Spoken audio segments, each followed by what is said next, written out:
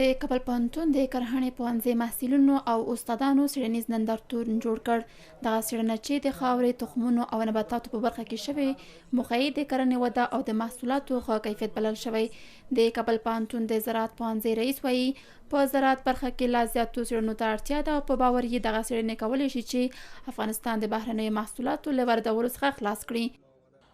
له لوړو زده کړو وزارت محترم مشرتابه څخه دا غوښتنه ده چې د څیړنو په برخه کې ځانګړې بودیجه رامنځته کړي او یا داسې یو میکانیزم رامنځته کړي چې د پوهنځي د خپل عاید څخه موږ وکولی سو څیړنې ترسره کړو.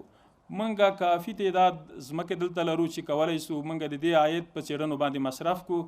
که چیرې محترم معین صاحب تشریف لري، که چیرې داسې یو میکانیزم باندې سره جوړ سو چې همدغه پیسې چې دلته ترلاسه کوو همدغه بیرته په څیړنو باندې مصرف کړو. دغه نندارتون کې نیوکې وشوې چې تیر دولت د کرهڼې برخې ته بنیادي کار نه دی کړی او له خصوصي سکتور څخه د زراعت وده کې د مالي ملاتړ غوښتنه وشوه. د کرهڼې او مالدارۍ وزارت مسؤلینو دغه څیړنې اړینې او ګټورې بللې او ډاډ یې وښود چې د کرهڼې پیاوړتیا په برخه کې به جدي ګامونه پورته کړي. مونږ د زراعت پوهنځي محصلینو ته، پوهانو ته، استادانو ته دا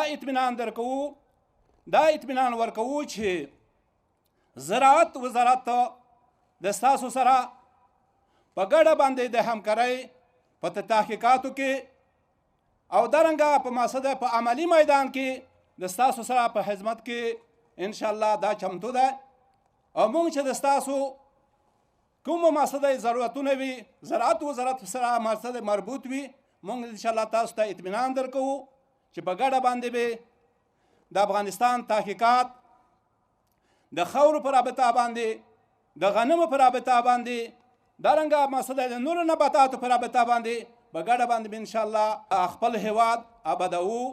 دغه نندارتون کې د خصوصي سکتور استازو هم ګډون کړی و.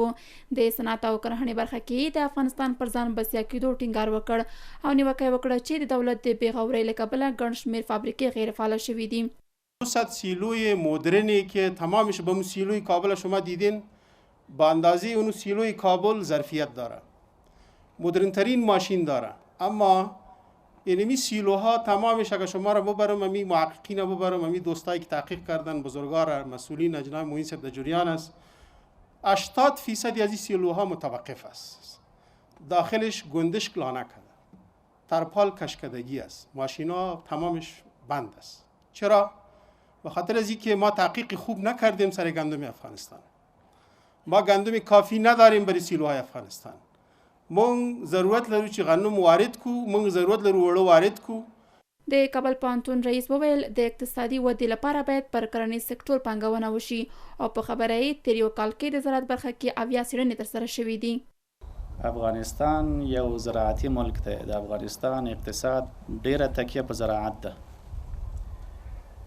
نو د هیواد د پرمختګ لپاره، د اقتصادي پرمختګ لپاره د زراعت د برخې پیاوړي کول دا ضرور دي. دغه نندارتون کې 80 څیړنې شوې چې ټول لګښت یې کرهڼې پوهنځي لخوا ترسره شوی و. مسؤلینو ژمنتیا څرګنده کړه چې د کرهڼې په برخه کې به خپلې هڅې روانې ساتي او ډاډ یې ورکړ چې په نږدې راتلونکي کې به د کرهڼې وزارت، صنعت او معدن خونې او د زراعت پوهنځي ترمنځ 3 اړخیزه هوکړه لیک لاسلیک شي.